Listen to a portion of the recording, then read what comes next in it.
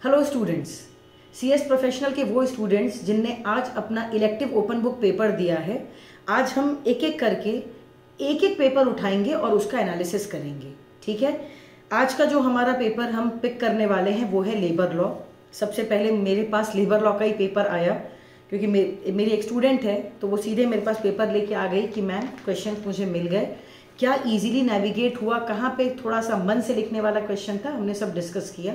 जैसे जैसे मेरे पास और पेपर्स आते जाएंगे मैं आपके लिए और भी एनालिसिस लाते जाऊंगी। आज अगर चालू करें लेबर लॉ से तो पेपर इतना डिफिकल्ट नहीं था, इजीली हम नेविगेट कर पा रहे थे।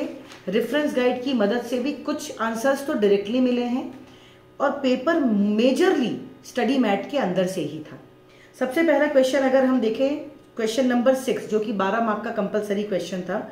Explain how the labour code on wages, industrial relation, social security and welfare and occupational safety, health and working conditions pave the way for labour empowerment in the country. Question देख के ही समझ में आ रहा है कि जितने भी लेबर लॉ रिलेटेड इनिशिएटिव्स या लेजिस्लेशंस या स्टैट्यूट्स हमारे देश में हैं या किस तरह से लेबर के रिलेशन में एम्पावरमेंट के लिए क्या क्या किया जा रहा है उसके रिलेशन में ये क्वेश्चन है। सीधा आपको लेबर कोड्स वाला जो चैप्टर है उसमें चले जाना है और रेफरेंस गाइड में 79 से लेके 85 तक के मल्टीपल पेजेस में मल्टीपल जगहों पे इसका रेफरेंस दिखता है। तो सीधे सीधे आपको लेबर कोड के प्रोविजंस लिख देने हैं कि क्या क्या इनिशिएटिव लिए जा रहे हैं और आपका 12 मार्क का क्वेश्चन सिक्योर्ड है। ठीक है, नेक्स्ट चलते हैं 5A और 5B। 5A तनुजा इंडस्ट्रीज वाला क्वेश्चन है जिसमें जो रेफरेंस गाइड है उसमें 54 और 55 पेज नंबर जो है वहां पे आपको इसका रेफरेंस मिलता है। मेन मॉड्यूल का 354 नंबर का पेज है।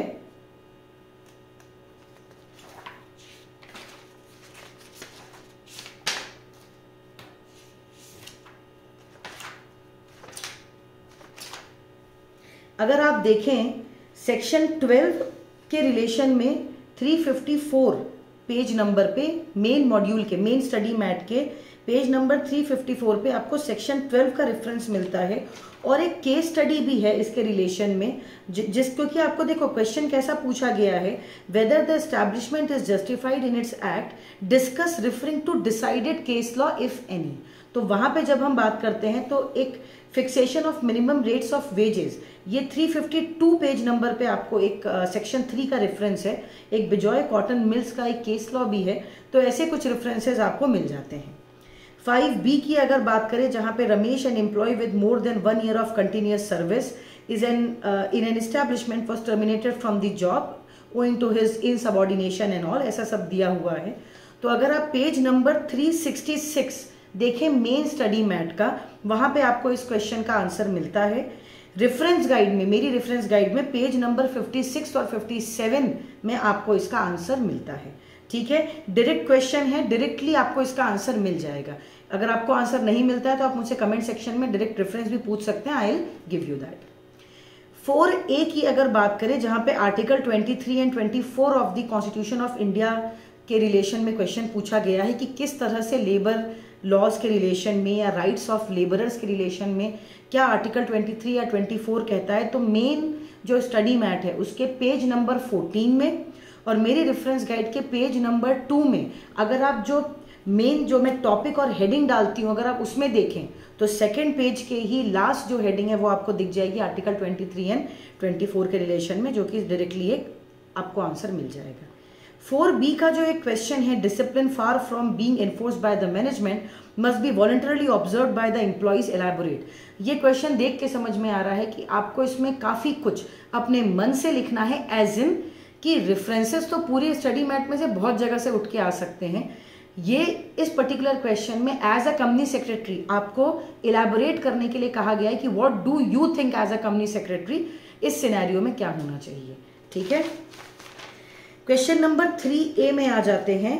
जहाँ पे protection of the well being of workers is more important than mere payment of wages with a view to increasing productivity, substantiate the statement referring to relevant provisions of the Factories Act 1948।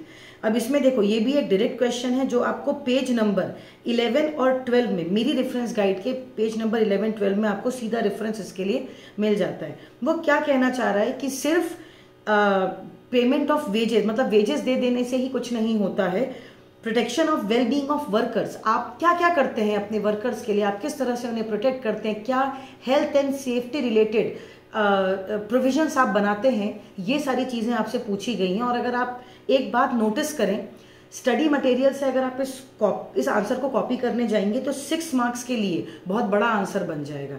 अगर आपने मेरी reference guide आपके पास है तो आप देखेंगे मैंने सारे सेक्शंस लिस्ट किए हुए हैं, तो आप फटाफट जॉट डाउन कर सकते हैं। अगर आपने ऐसा किया है तो आपका आंसर बहुत कम टाइम में आपने पूरे आंसर को कवर किया होगा।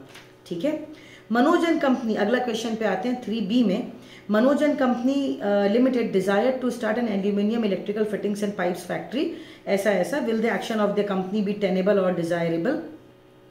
उसमें ऐसा पूछा गया है कि they have made an application to the appropriate authority with all necessary documents even after the expiry of 3 months। जो अप्रोप्रिएट अथॉरिटी है उसने किसी भी प्रकार का इनिशिएट नहीं किया कोई भी प्रोसीडिंग या कुछ भी जो चीज़ें होनी थी।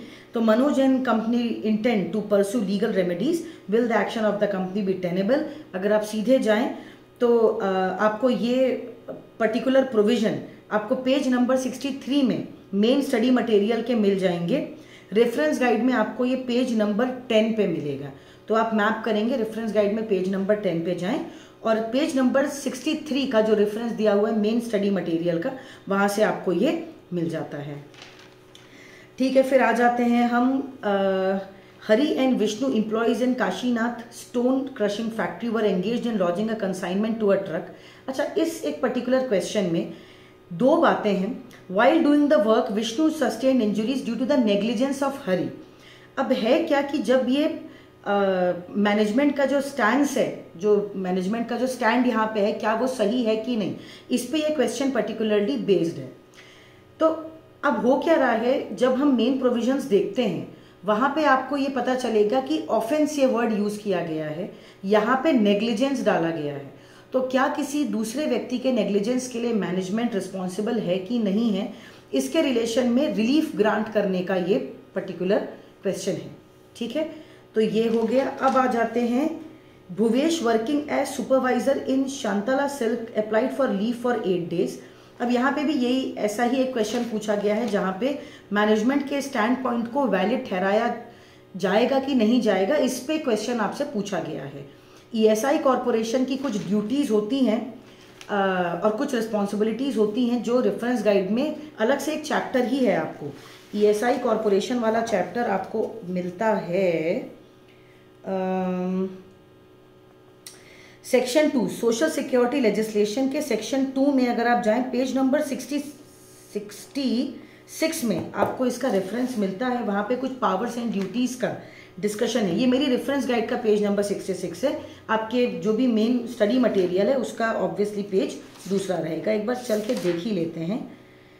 तो अगर आप देखें ना पेज नंबर 66 में, देखिए ये बताता है कि powers and duties of the corporation क्या क्या है, जो सेक्शन 19 के रिलेशन में कुछ रेफरेंस दिया है। या आपके 3 या powers of the standing committee भी कुछ कुछ आपको रेफरेंसेस दिए हुए हैं पेज नंबर 412 में। एक बात समझना, मैं यहाँ पे इस पेपर को कैसे देख रही हूँ, जैसे एक स्टूडेंट ने देखा होता उन लिमिटेड 3 आवर्स में। बाद में आप गूगल करके आंसर्स को ढूंढ के और दूसरे प्रोविजंस को देख के, क्योंकि एक पर्टिकुलर क्वेश्चन है जिसके बारे में मैं अभी बात करने वाली हूँ, जो कि पहला केस स्टडी बेस्ड आपको जो क्वेश्चन पूछा गया है उसमें कहीं कहीं पे कुछ पर्टिकुलर सेक्शंस हैं जो मेन स्टडी मैट में जिनका रेफरेंस नहीं है। पर जो पहला ही क्वेश्चन है, क्वेश्चन 1 का ए, whether the orders of termination by the way of retrenchment of the plaintiffs respondents are illegal and ineffective, ये सारे प्रोविजंस लिखने के लिए वैसे तो आपको पेज नंबर 276, 286, 290 में of the main study material आपको ये सब कवर हो जाता है। अगर आप पूरी स्टडी मैट लेके बैठें तो अलग अलग जगहों से इन 5 क्वेश्चंस के आंसर आपको इजीली मिल जाते हैं। अब थोड़ा दिमाग लगा के लिखना पड़ेगा क्योंकि केस स्टडी बेस्ड है, कहीं कहीं पे कुछ ट्वीक्स किए गए हैं कि जैसे कोई एक एक्स्ट्रा सिचुएशन, जैसे सीनियरिटी क्राइटेरिया बीच में ला दिया गया है, कहीं पे कॉमन सूट ला दिया गया है। तो ऐसी सारे क्वेश्चन जो इसमें पूछे गए हैं, जैसे misjoinder of parties whether था कि नहीं था, तो मिस जॉइंडर ऑफ पार्टीज नहीं था क्योंकि अगर कॉमन इंटरेस्ट होता है, ऐसा लिटिगेशन के ऐसे पॉइंट होते हैं कि कहीं पे कुछ कॉमन नुकसान किसी को हुआ है, तो एक सिंगल एप्लीकेंट या एक सिंगल जो भी वर्कर की तरफ से अपील जा रही है, एप्लीकेशन जा रही है, उसको हम क्या मान देते हैं, ग्रुप के हित का पार्ट मान लेते हैं। तो ऐसे ये जो पर्टिकुलर 5 क्वेश्चन है ये आपको पेज नंबर 276 से लेके 290 तक के बीच में इजीली ट्रेस होते हैं। वैसे मैं ये ट्राई कर रही हूँ कि इनका एक सजेस्टेड आंसर्स मैं आपके लिए बना सकूं। वो अब डिपेंड करता है इस फैक्ट पे कि कितनी मुझे टाइम मिल पाता है, कितनी अवेलेबिलिटी होती है टाइम की। आई विल ट्राई कि मैं एक ऐसा सजेस्टेड आंसर आपके लिए जो कि ओवरव्यू देता हुआ लिख के, मैं प्रॉपरली अपने हाथों से लिख के आपके लिए उस चीज़ को लेके आ जाऊंगी।